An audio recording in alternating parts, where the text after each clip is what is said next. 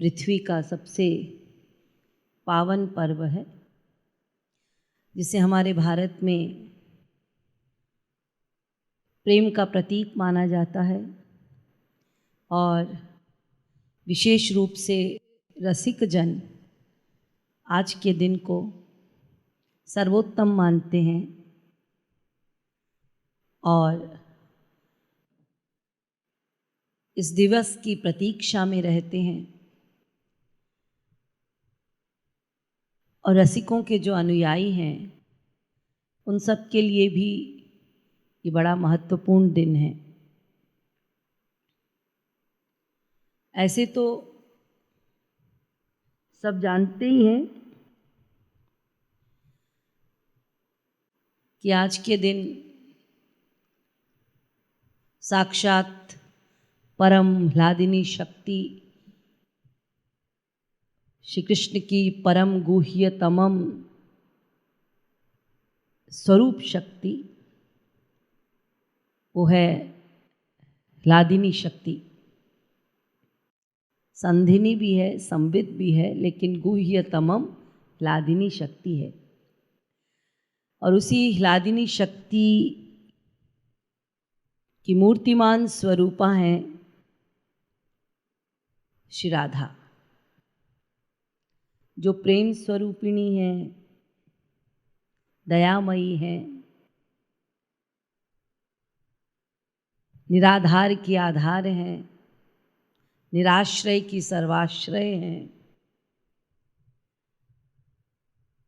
अयोग्य को योग्यता प्रदान करने वाली हैं, अपात्र को पात्रता दिलाने वाली हैं, सबकी प्रेरणा है। दया की साक्षात मूर्ति होने के कारण अपने प्रत्येक जीव के लिए सहायिका बन के रहती हैं।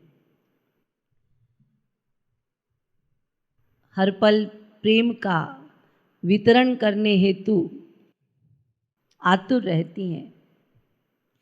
मैं जिस प्रेम की बात कर रही हूँ ये कोई साधारण जो आप लोग प्यार लव बोलते हैं, मैं उसकी चर्चा नहीं कर रही। प्रेम एक दिव्य वस्तु का नाम है। प्रेम नाम इस सांसारिक राज्य का नहीं है। प्रेम एकमात्र राधा रानी की कृपा से ही प्राप्त हो सकता है। ये चिन्मय लोक की वस्तु है, दिव्य है। रसिक जन आज के दिन इसी प्रेममयी परम वैराग्यमयी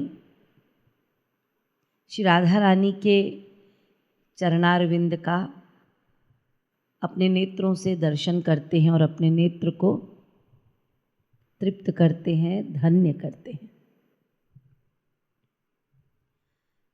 चरणों का प्रताप आप जानते ही हैं। चाहे गुरु के चरण हो, चाहे इष्ट के चरण हो, संपूर्ण देह की शक्ति का पुंज चरणों में होता है और चरण में प्रणाम करने से, उनके दर्शन करने से वो दिव्य पुंज का प्रकाश जीव को प्राप्त होता है, जिससे जीव का अंतःकरण स्वच्छ होता है, प्रकाशमय होता है और अंधकार का शनैः ही विनाश होता है। इसलिए चरणों की अपनी महिमा है और इष्ट या गुरु के संपूर्ण अंग, देह के संपूर्ण अंग में चरण अंग को ही प्रमुख माना गया है साधकों के लिए। इसीलिए हम सब के लिए तो ये महत्वपूर्ण दिन है ही। आज के दिन उनके चरणों का दर्शन होता है जिनके चरणों से निरंतर प्रेम मधुप बहता रहता है। अनायास।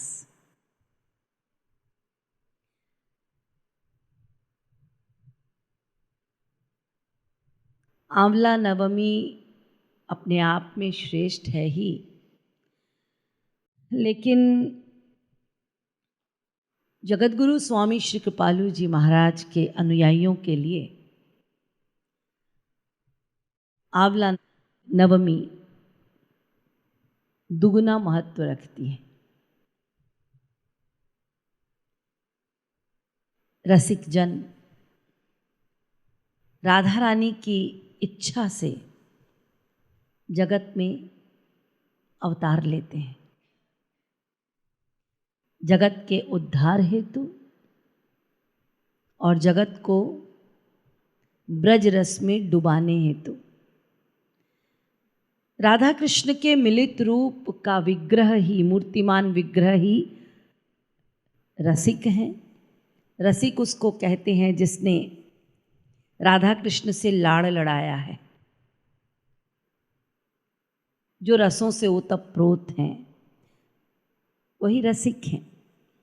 जो राधा कृष्ण की इच्छा से इस जगत में आते हैं और रसिकों के द्वारा ही, जो राधा कृष्ण के मिलित रूप हैं, ऐसे रसिक के द्वारा ही ब्रज प्रेम का वितरण होता है। अन्य अवतारी भी आते हैं जगत में गुरु रूप में, लेकिन उनके द्वारा ब्रज प्रेम का वितरण नहीं हो सकता। ब्रज प्रेम का वितरण एकमात्र राधा कृष्ण मिलित रूप जो हैं रसिक, उनके द्वारा ही होगा।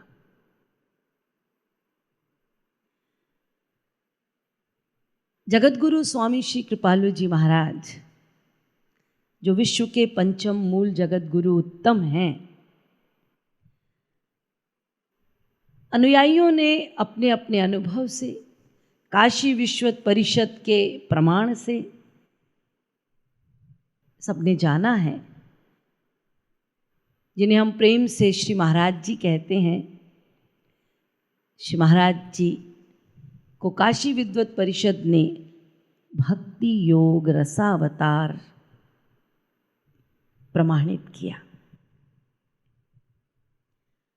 अर्थात जो प्रेमावतारी हैं, अर्थात जो साक्षात प्रेम स्वरूप हैं, अर्थात जो साक्षात इस धरा पे अवतारी रूप में प्रकट हुए और जगत को ब्रज प्रेम बांटने भी आए हैं, उससे परिचित भी कराने आए हैं और अयोग्य को भी वही प्रेम लुटाने भी आए।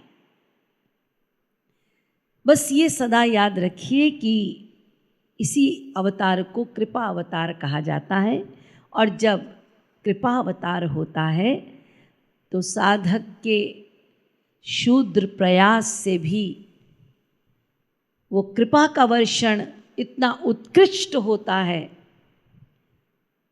कि साधक को उसके शूद्र प्रयास का बड़ा फल मिलता है, उत्तम फल मिलता है। अर्थात गंवारी भाषा में कहूँ कि यदि आप भगवान की ओर, गुरु की ओर, उनकी आज्ञा पालन में एक कदम आगे बढ़ते हैं तो वो कृपा शक्ति जो है वो विभोर होकर 1000 गुना आपकी ओर कृपा उड़ेलने हेतु आतुर हो जाती है। इसीलिए जब कृपा अवतार होता है उस समय जीवों की जो साधना की स्थिति है, उपासना की स्थिति है, वो द्रुत गति से बढ़ती है। वो छोटे प्रयास में भी बड़ी उपलब्धि पाता है वो साधक। ये सब लोगों का अपना अपना अवतार काल में श्री महाराज जी द्वारा अनुभव भी रहा। हम सब अपनी अपनी दशा तो जानते ही हैं कि विशेष रूप से इस जन्म में तो हमने कोई बहुत बड़ा जप तप आदि नहीं किया है, और कुछ पूर्व जन्म का संस्कार रहा होगा, लेकिन विशेष रूप से जो उपासना में मन लगता है, जो इतने दिव्य अलौकिक पद हमारे मन को भाते हैं, बुद्धि के समझ में आते हैं, रूप ध्यान में सहायक होते हैं, रूप ध्यान करवा लेते हैं, इन सब के पीछे एकमात्र रसिक की दया और कृपा है, या फिर यूँ कह दीजिए कि आपके छोटे प्रयास में उनका बलिहार जाना है।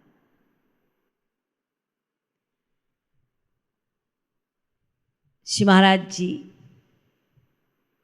एक अवतारी भगवान सदृश जगतगुरु रूप में इस धरा पे आए, जीवों को राधा तत्व, कृष्ण तत्व, जीव तत्व से परिचित कराया और विशेष रूप से राधा प्रधान उपासना बतलाई एवं जीवों को इतनी सहूलियत दे दी कि वो जिस भी भाव का चयन करे वो उसी अनुसार रूप ध्यान करके अपने इष्ट की उपासना कर सकता है।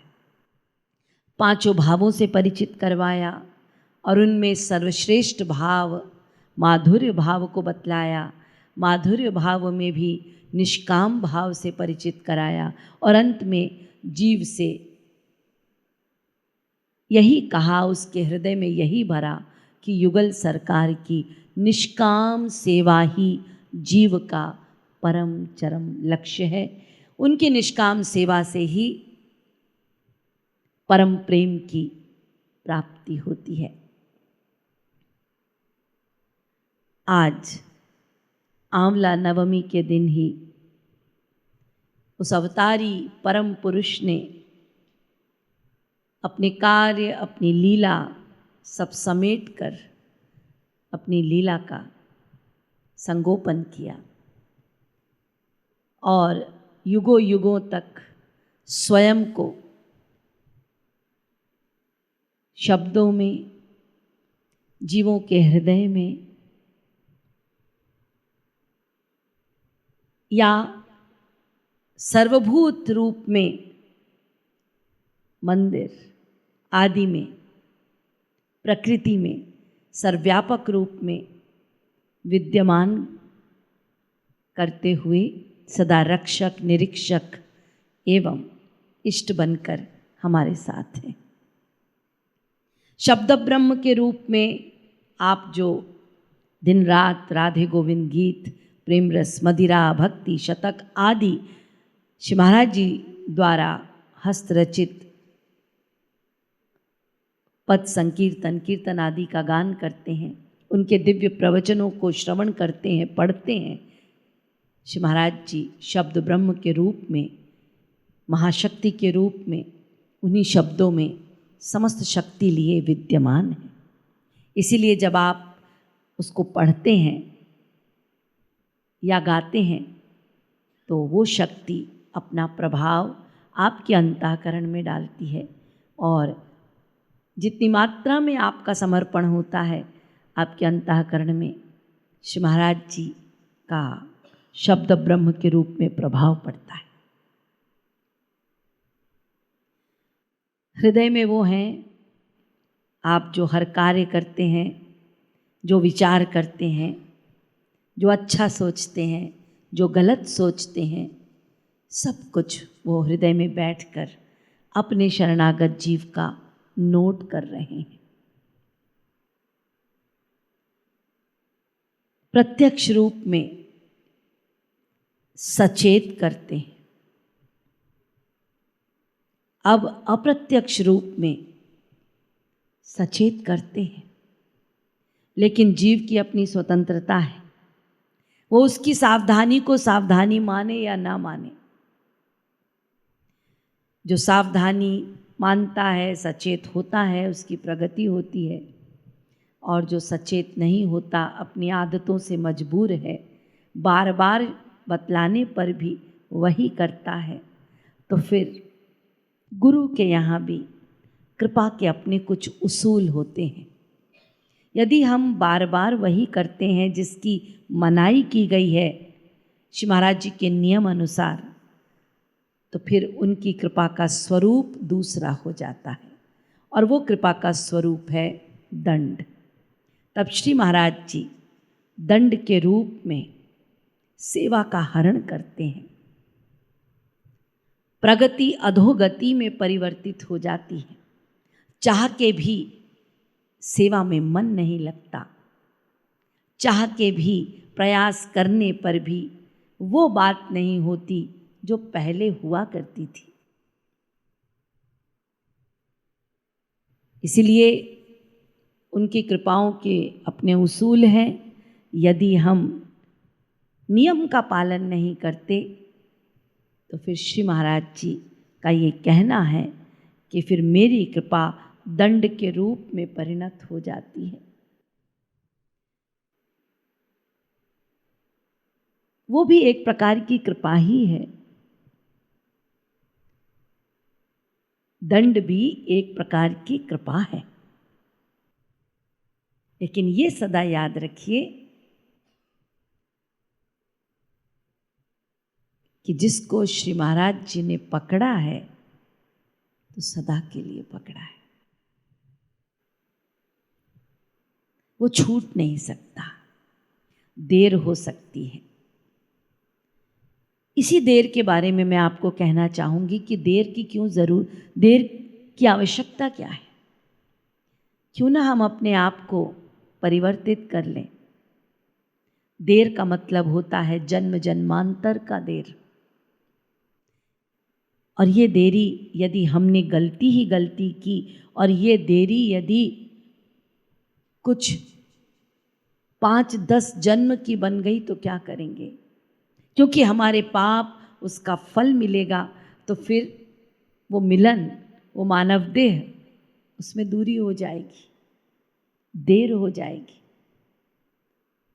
तो इसीलिए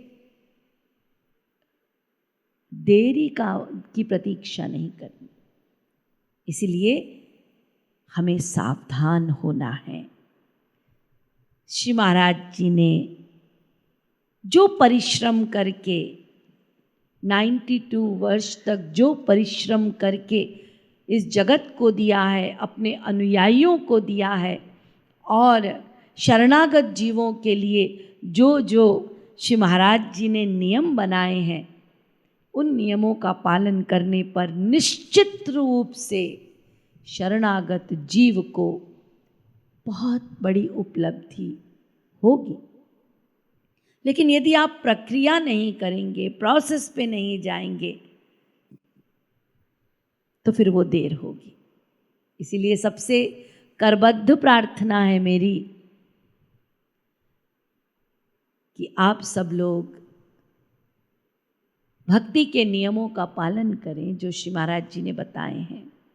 उसका यदि हम सब लोग निष्ठा से पालन करेंगे तो हमारे महाराज जी तो नाम से, मन से, अंग प्रत्यंग से कृपालु हैं। वो तो सिर्फ देना जानते हैं, और ऐसा देना क्योंकि वो रसिक हैं। जो मैंने अभी आपको बताया कि हमारे शूद्र प्रयास से वो बलिहार जाकर अवढर दानी बनकर देते हैं, उनका तो लुटाने का काम है। इसीलिए कुछ संकल्प हमें लेने हैं। हम अपने संकल्प पे दृढ़ रहें, अहंकार का वातावरण बने, अहंकार का सिचुएशन है, वातावरण है, एनवायरनमेंट है, प्रलोभन है, तो भी हम सावधान रहें। दोष दिख रहे हैं तो भी हम सदोष ना हो उन दोषों को देखकर, बल्कि अपने आप को निर्दोष बनाए रखें। इसीलिए अपने मुख से किसी के भी बारे में गलत देखते हुए भी गलत बोलिए मत। श्री महाराज जी का कहना है कि जब आप बार बार किसी का दोष देखते हैं तो वो आपके सदोष होने का प्रमाण है। इसलिए गलत सुनो नहीं, गलत बोलो नहीं, गलत देखो नहीं, गलत सोचो नहीं। और यदि कोई बात गलत आपको लगती भी है तो अपने इष्ट जनों से उसकी चर्चा करो, उसको सल्टा लो, निपटा लो, लेकिन उसी का गड़बड़ खराब चिंतन करके अपने इस मानव देह को गवाओ मत। ये आप सब लोगों से मेरा अनुरोध है। तो आज का दिन हमारे श्री महाराज जी के लीला संगोपन का दिन है, लेकिन हम ये मानकर नहीं चलते कि श्री महाराज जी हमारे बीच नहीं हैं। श्री महाराज जी सर्वभूत हैं, श्री महाराज जी सर्वव्यापक हैं, श्री महाराज जी शब्द ब्रह्म रूप में हैं, श्री महाराज जी हैं महाप्रकाश, महारसिक, स्वयं भगवान सदृश। आइए हम सब लोग उनके दिव्य पदों का गान करें, और वो पद जिसमें स्वयं श्री महाराज जी सद्गुरु के परिचय को हम सबको दे रहे हैं कि सद्गुरु के चरण की महिमा क्या है। हम लोग श्री महाराज जी के युगल चरणों का ध्यान करते हुए इस पद का गान करेंगे।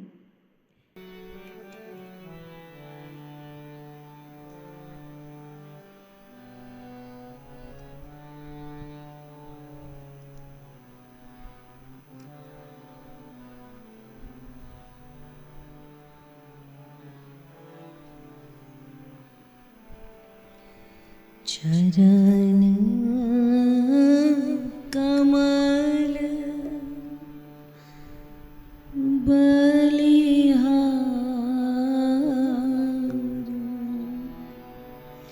जाऊं गुरु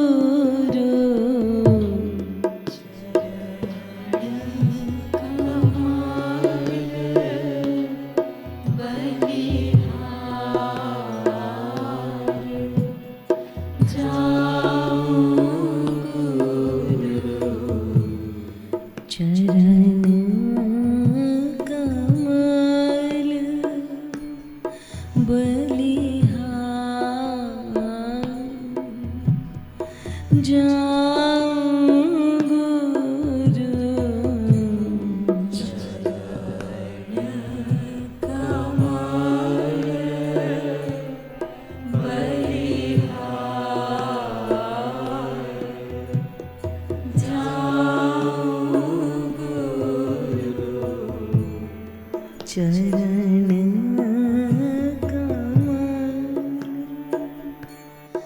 बलिहार, चरण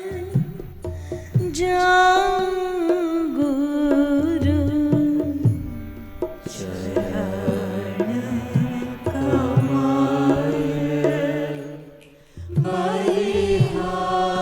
बलिहार, जाऊं गुरु चरण कमल बलिहार,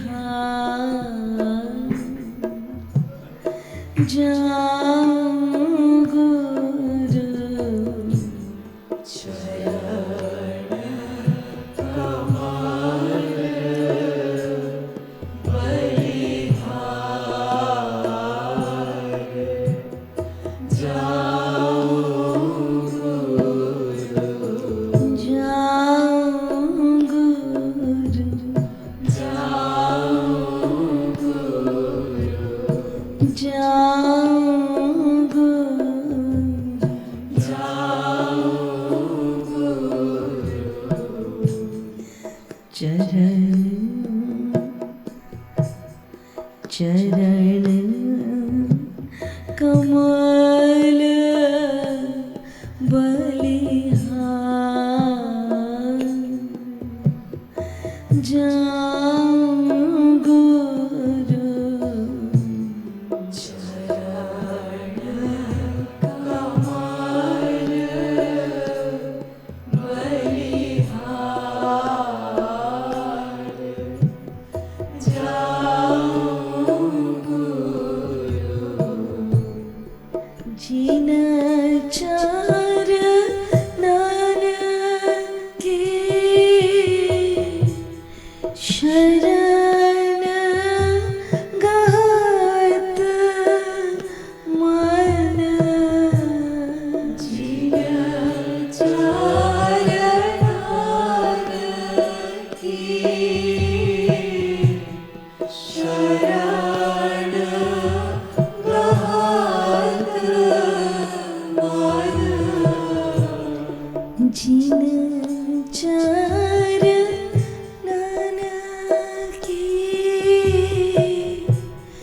शरण गहत मान जिन चरणदान की शरण गहत मान पावत युगल बिहार जाऊं गुरु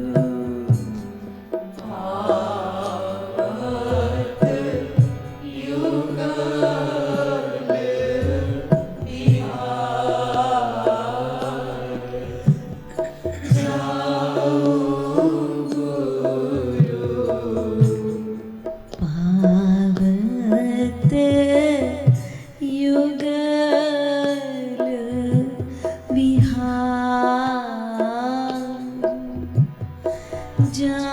जाऊं गुरु पावत युगल बिहार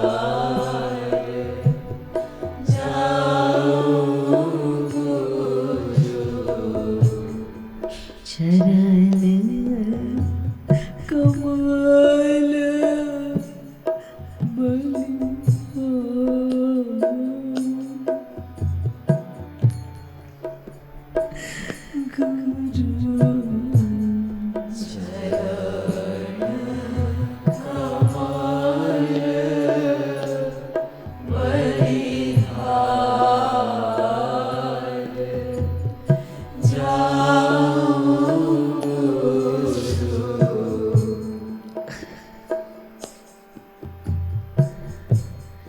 चरण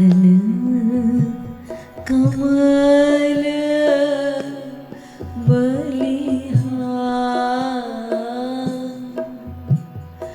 चरण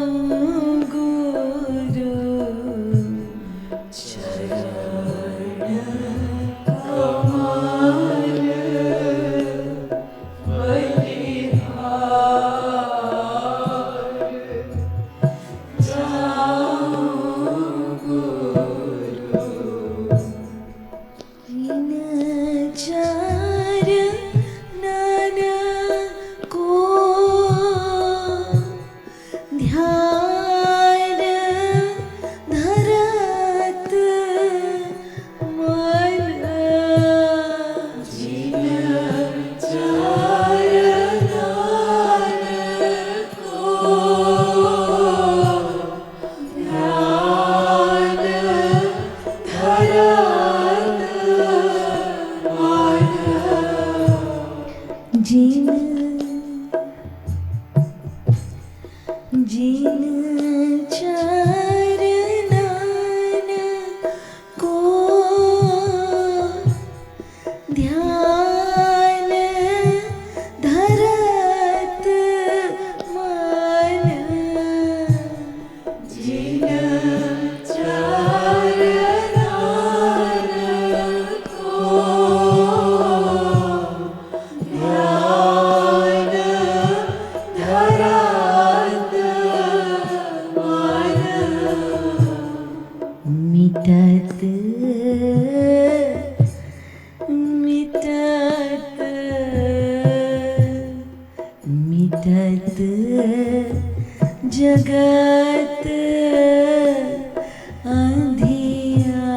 अंधियार जाऊं गुरु मिटत जगत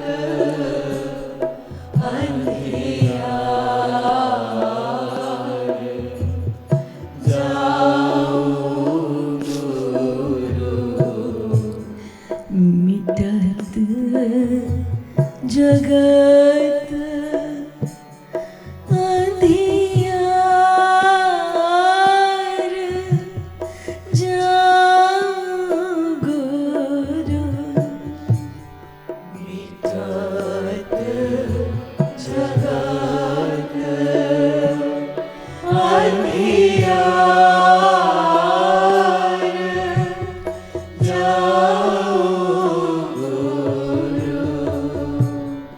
चरण चरण कमल चरण कमल बलिहार जाऊं गुरु चरण कमल बलिहार जाऊं गुरु चरण कमल बलिहार जाऊं गुरु चरण कमल बलिहार जाऊं गुरु जिन चरणन अनुकंपा जगमोहन जिन चरणन अनुकंपा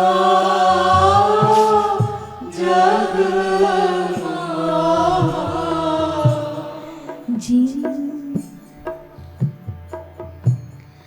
जिन चरणन अनुकंपा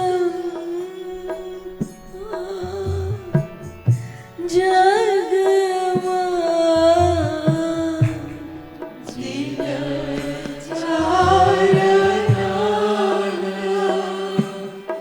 अनुकंपा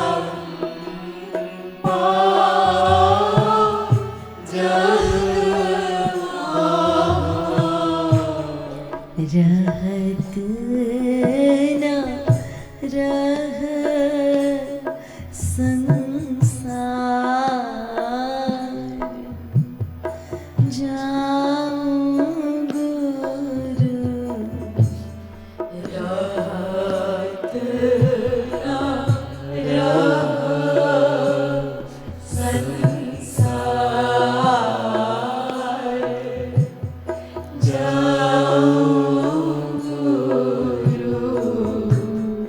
रहत न रह संसार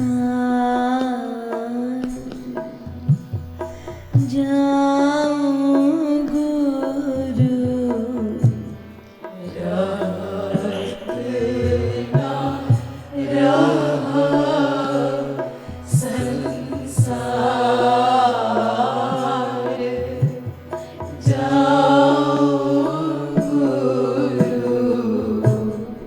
जिन चरणन राज आजी चराचर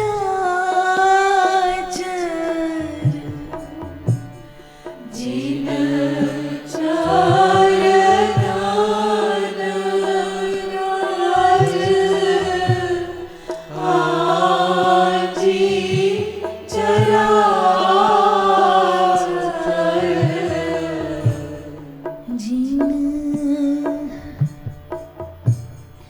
जिन चरणन राज आजी चराचर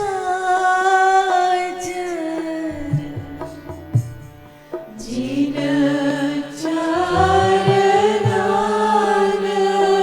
राज आजी चराचर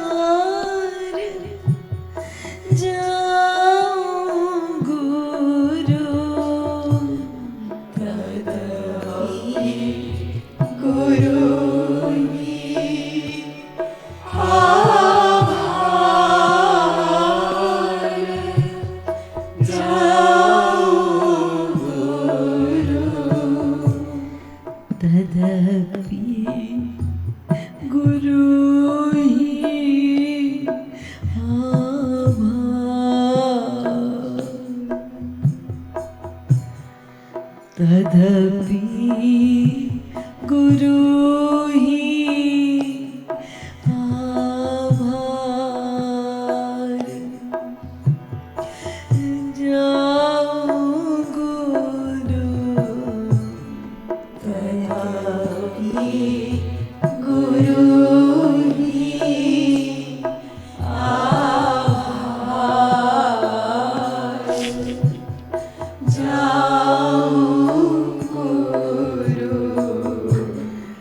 तदपि गुरु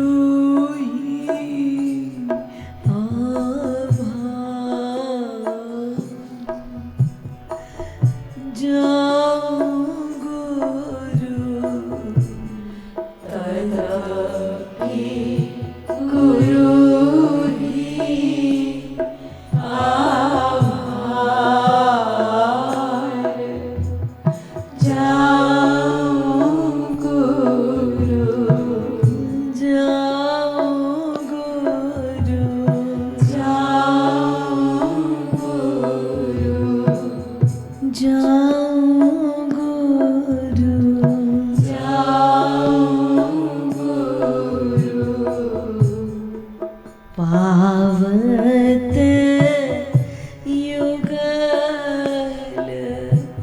बिहार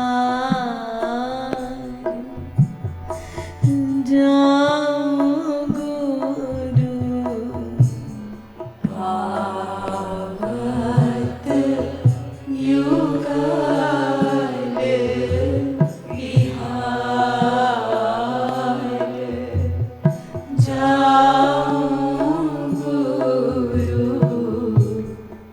चरण कमल बलिहार जाऊं गुरु चरण कमल बलिहार